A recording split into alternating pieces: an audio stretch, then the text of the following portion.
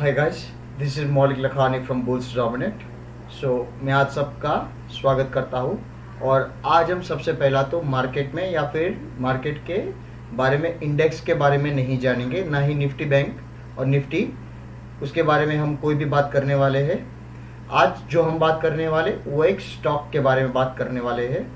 एक mid cap banking sector में से आप बोल सकते हो, अब स्मॉल कैप बैंकिंग सेक्टर में से, सॉरी माफ़ कीजिएगा मुझे, स्मॉल कैप्स बैंकिंग सेक्टर में से यहाँ पे हमने स्टॉक उठाया हुआ है, जहाँ पे आप बोल सकते हो कि वीकली चार्ट फ्रेम के हिसाब से मैं आपको समझाऊंगा। यहाँ पे हमें एक ब्रेकआउट मिला है, एक लंबे कंसोलिडेशन के बाद ये शेयर बाहर आया था सबसे पहला तो, और उसके बाद उसने अच्छा ब्रेकआउट दिया और ब्रेकआउट के बाद भी चलता ही गया और अभी चल रहा है। बहुत ही छोटा स्टॉक है, आप बोल सकते हो इट्स अ पेनी स्टॉक, आप ये भी बोल सकते हो। बट यहाँ पे आप लॉन्ग टर्म के लिए इन्वेस्ट करने के बारे में सोच सकते हैं, लॉन्ग टर्म इन्वेस्ट कर सकते हैं ये बैंकिंग क्षेत्र में। ठीक है, स्मॉल कैप बैंकिंग क्षेत्र के अंदर जो स्टॉक है वो है साउथ इंडिया बैंक। ठीक है, हम यहाँ पे साउथ बैंक के बारे में बात करेंगे कि सबसे पहला तो कि साउथ बैंक में आगे के टारगेट्स हमें क्या मिल रहा है, और इंट्राडे कल के दिन हम इसके ऊपर कर सकते हैं कि नहीं, इसके ऊपर हम पोजिशनल अपनी कॉल ले सकते हैं कि नहीं, और इन्वेस्टमेंट के बारे में हम इसके ऊपर क्या सोच सकते हैं। तो इसके बारे में आज सारी डिटेल में हम बात करेंगे। सबसे पहला तो साउथ बैंक के बारे में आप स्क्रीन पे ध्यान दीजिएगा दोस्तों, यहाँ पे मैंने वीकली चार्ट फ्रेम यूज किया है। और अभी सबसे पहला तो मैं आपको बताऊंगा कि वीकली चार्ट फ्रेम, ये देखिए, वीकली चार्ट फ्रेम यूज करने का मेरा यहाँ पे एक ही मतलब है कि मैं लॉन्गर टर्म में देखना चाहता हूँ कि लॉन्गर टर्म के अंदर साउथ इंडियन बैंक क्या कर सकता है। ठीक है, साउथ इंडियन बैंक में लॉन्गर पर्सपेक्टिव मेरा क्या होना चाहिए कि आगे कितना दूर तक जा सकता है, कहाँ तक बढ़ सकता है। इसके लिए मैं यहाँ पे एक लॉन्ग व्यू देखता हूँ कि जितना पीछे जाएंगे वहाँ से हमें एक परफेक्ट लेवल मिलता जाएगा। ये चीज़ ध्यान में रखना बहुत ज़रूरी है। अगर आप टेक्निकल चार्ट्स बनाते हैं और आप चार्ट्स पे काम करते हैं और आप एनालाइज करते हो, ये चीज़ देखना बहुत ही ज़रूरी है कि जितना पीछे जाएंगे और वहाँ से अगर आप रेसिस्टेंस एंड स्टॉप लॉस निकालेंगे तो हमें और बेटर पड़ता है। ये देखिए दोस्तों, सबसे पहला तो वीकली चार्ट फ्रेम के अंदर यहाँ पे मैंने एक रेड ट्रेंड लाइन खींची है, यहाँ पे आप देख सकते हो। और यहाँ पे ये देखिए नीचे की तरफ सपोर्ट लाइन खींची थी, एक ट्रेंड लाइन। अब यहाँ पे ये वीकली, हर रेड जो कैंडल है वो वीकली कैंडल है, एक एक वीक को रिप्रेजेंट कर रही है। तो आपको उस तरीके से समझना चाहिए। 4 वीकली कैंडल मतलब 1 महीना हो जाता है। तो आप देख सकते हो कि कहीं टाइम से आप ये बोल सकते हो कि कम से कम 1 साल से ये रेंज पे चल रहा था। यहाँ पे देखिए ये वीकली कैंडल्स है सारे के सारे। तो यहाँ पे ये ट्रेंड लाइन नीचे की तरफ, ये ट्रेंड लाइन ऊपर की तरफ, यहाँ पे चल रहा था साउथ इंडियन बैंक। आप देख सकते हो समवेयर अराउंड ये 5 रुपया आप बोल सकते हो कि यहाँ से फिर ये जो ट्रेंड लाइन का यूज हुआ है ऊपर, फिर नीचे यहाँ पे ये ट्रेंड लाइन का सपोर्ट लिया, फिर ऊपर ये ट्रेंड लाइन की रिस्पेक्ट हुई और नीचे, फिर ऊपर, फिर नीचे, फिर ऊपर। देखिए कोई भी स्टॉक जब चलता है, तो मैंने आपको बताया हुआ है पहले भी, हमारे पुराने आप सब्सक्राइबर्स हैं तो आपको मालूम है, जब भी मार्केट भी चलता है या कोई भी स्टॉक चलता है तो वो ऐसे ऊपर चलता है। आप स्क्रीन पे ध्यान दीजिएगा, ये ऊपर, ये नीचे, ये ऊपर, ये नीचे, फिर ये ऊपर। ठीक है, और जब भी नीचे डाउन ट्रेंड में होता है तो ये ध्यान रखिएगा कि ये नीचे, फिर थोड़ा ऊपर आएगा, फिर नीचे जाएगा, फिर थोड़ा ऊपर आएगा और फिर नीचे जाएगा। इस हिसाब से डाउन साइड चलता है और ऊपर की तरफ इस हिसाब से चलता है। अब देखिए, एक नीचे छोटा स्विंग लो, फिर स्विंग हाई, फिर स्विंग लो, फिर स्विंग हाई। और यहाँ पे ये वीकली कैंडल आप देख सकते हो कि लास्ट वीक जो हमें ब्रेकआउट मिला था, लास्ट वीक बहुत ही, वैसे तो ये वीडियो मैं आपको लास्ट वीक ही बनाने वाला था, बट मैं चाहता था कि ये पूरे कंफर्मेशन के बाद ही मैं आपके पास आऊँ और ये वीडियो आपको बना के दूँ। आप देख सकते हैं दोस्तों कि लास्ट वीक हमें स्टार्टिंग में ये कंफर्मेशन मिली, यहाँ पे ये ब्रेकआउट हुआ।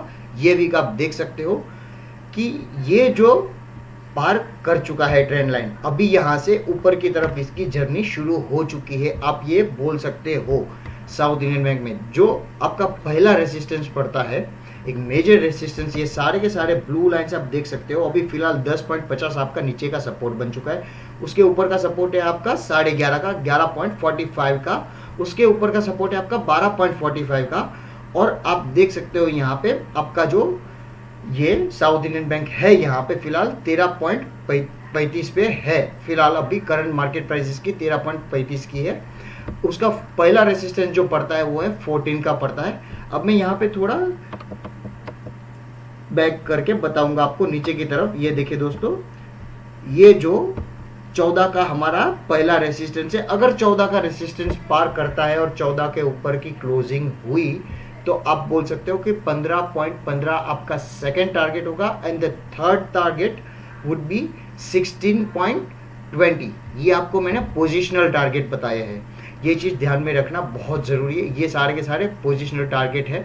और कल के दिन अगर आप इंट्राडे करना चाहते हो इसके अंदर अगर हैवी क्वांटिटी के साथ, तो आपको ये चीज़ ध्यान में रखना बहुत ज़रूरी है कि अगर कल के दिन साउथ इंडियन बैंक 13 से नीचे फिसल गया, 13 की प्राइस से नीचे अगर सस्टेनेबली ट्रेड करता है तो आप उसमें नीचे की तरफ ट्रेड ले सकते हो अगर इंट्राडे पोजीशन आपको करनी है तो। और अगर आपको ऊपर की तरफ बाइंग साइड लगानी है, जब तक 13 से ऊपर है तो आपको ये लगा के चलना चाहिए कि 13 पे आता है तो वहां से आप एक बाइंग अपॉर्चुनिटी मान के यहाँ पे चल सकते हो और फिर बाइंग कर सकते हो। 13 पे आपको दिखे वापस बाइंग अपॉर्चुनिटी मान के यहाँ पे आप बाई कर सकते हो और इंट्राडे में अपनी पोजीशन भी बना सकते हो। आपका फर्स्ट टारगेट होना चाहिए 13.35 and the second target would be 13.60 and the third target would be 13.85। कल के दिन इंट्राडे में आपको बात कर रहा हूँ कि अगर 13 के आजू बाजू दिखे तो आप ऊपर की तरफ बाय करने का कर सकते हो कोशिश, ठीक है। अगर नीचे की तरफ 13 के नीचे क्लोज जाता है तो ही नीचे की तरफ अपनी ये सेलिंग तरफ अपना मन बनाइएगा, अदरवाइज आपको ऊपर की तरफ ही मन रखना है अपना, ये चीज़ ध्यान में रखना है। और अगर आप पोजिशनली सोच रहे हो तो जैसा मैंने आपको पोजिशनली बताया, यहाँ पे ऐसे स्टॉक्स पे क्या होता है दोस्तों, मैं आपको देखिए सलाह यही दूंगा कि बड़े स्टॉक्स के ऊपर आप अपना जब भी फोकस करते हो इंट्राडे के अंदर तो वो बेटर होता है। बड़े स्टॉक्स के ऊपर आप इंट्राडे के फोकस करिए और इंट्राडे बड़े स्टॉक्स के ऊपर कीजिएगा, हमेशा आपको अच्छा रहेगा। आप फटाक से उसको खरीद के बाहर आ सकते हो। और छोटे स्टॉक्स पे क्या होता है कि मैं आपको सलाह दूंगा कि आप इसमें इंट्राडे ना ही कीजिए। आप इस पे अपना पोजिशनल टारगेट रख सकते हो, थोड़ी क्वांटिटी बाय करने के बाद उसको थोड़ी टाइम के लिए रख के फिर निकाल सकते हो, या तो फिर आपको इन्वेस्टमेंट पर्पस के लिए यूज़ कर सकते हो। सबसे पहला तो ये बहुत ही अच्छी बात है, क्योंकि अगर आप इन्वेस्टमेंट के लिए ऐसे स्टॉक्स पे इन्वेस्ट करते हो और सोचते हो और जो बराबर करेक्ट टाइम एक लंबे 1 साल के कंसोलिडेशन, मतलब ऊपर की तरफ की कंसोलिडेशन ही बोलूँगा मैं, वहाँ से बाहर निकलने के बाद ब्रेकआउट मिला है तो ऊपर की तरफ बहुत जाएगा बखूबी से। आप ये बोल सकते हो कि यहाँ पे अपने सारे टारगेट्स अचीव करेगा ऊपर की तरफ, और यहाँ पे आपको इन्वेस्टमेंट पर्पस में आपको यहाँ पे बहुत अच्छी खासी प्रॉफिट हो सकती है। पोजिशनल टारगेट अगर 1-2 महीने के हिसाब से अगर आप रखते हो तो भी आपको बहुत ही अच्छी यहाँ पे प्रॉफिट हो सकते हैं। आप ये बोल सकते हो कम से कम आपको 20 से 25% ऊपर की तरफ यहाँ पे मिलने के चांसेस ज़्यादा है। तो आपका पहला टारगेट जैसे मैंने आपको बोला है कि 14, सेकेंड टारगेट जिसके भी पास है, या मैं यहाँ पे आपको ये की सलाह दूंगा कि आप होल्ड कीजिएगा जब तक 13 के ऊपर है, आप होल्ड कीजिएगा। अगर 13 टूटता है तो कोई बात नहीं है, 12.45 आपका नीचे का सपोर्ट है, ये चीज़ ध्यान में रखना बहुत ज़रूरी है। और ये बराबर ये ट्रेंड लाइन के आजू बाजू ही है, तो 12.45 से ये वापस ऊपर जाएगा, तो जिसके पास है वो होल्ड कीजिएगा, don't worry about this one. ये आगे इसका फ्यूचर बहुत ही ब्राइट मुझे दिख रहा है और ये आगे बहुत ही अच्छे से जा सकता है। आप ये बोल सकते हो कि एक लंबे कंसोलिडेशन के बाद यहाँ पे ब्रेकआउट मिला है और अभी ये ऊपर की तरफ जा रहा है और अपना पहला टारगेट 14 का अचीव करने की कोशिश कर रहा है। उसके बाद second target would be 15.50 and the third target would be 16.20। And लंबे समय के लिए आपको ये चीज़ ध्यान में रखना है कि आपका फर्स्ट टारगेट होना चाहिए 22 का and the second target would be 25। आपको लॉन्गर पीरियड में बोल रहा हूँ, जिसने भी ये स्टॉक में इन्वेस्ट किया है और वो अपना अच्छा खासा टाइम यहाँ पे स्पेंड करना चाहते हैं, जो 1 साल के लिए भी रुकना चाहते हैं, तो मैं आपको उसको बोल सकता हूँ कि यहाँ पे देखिए आपका अमाउंट डबल हो सकता है। ये चीज़ आपको ध्यान में रखना है, ठीक है। Patience is the key my friend when you invest your money and when you trading you have to use different strategies and when you trade आपको जब भी आप व्हेन यू इन्वेस्ट तो आपको इंट्राडे नॉइसेस को क्लियर कट आउट करना है। ये 2 अलग अलग चीज़ें हैं। इंट्राडे अलग माइंडसेट से करना है, ट्रेडिंग अलग माइंडसेट से करनी है और इन्वेस्टिंग अलग माइंडसेट से करना है, तभी आप अपना पैसा बना पाओगे।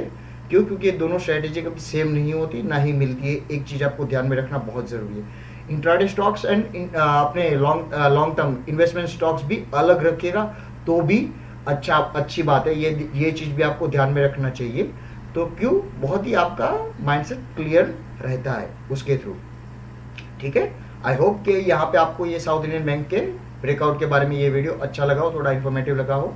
सो प्लीज़ लाइक कीजिए इस वीडियो को, शेयर कीजिए and subscribe this channel, and please comment below कि आपके पास ये कितने सारे क्वांटिटी में है कि नहीं। Alright, have a great day, bye bye.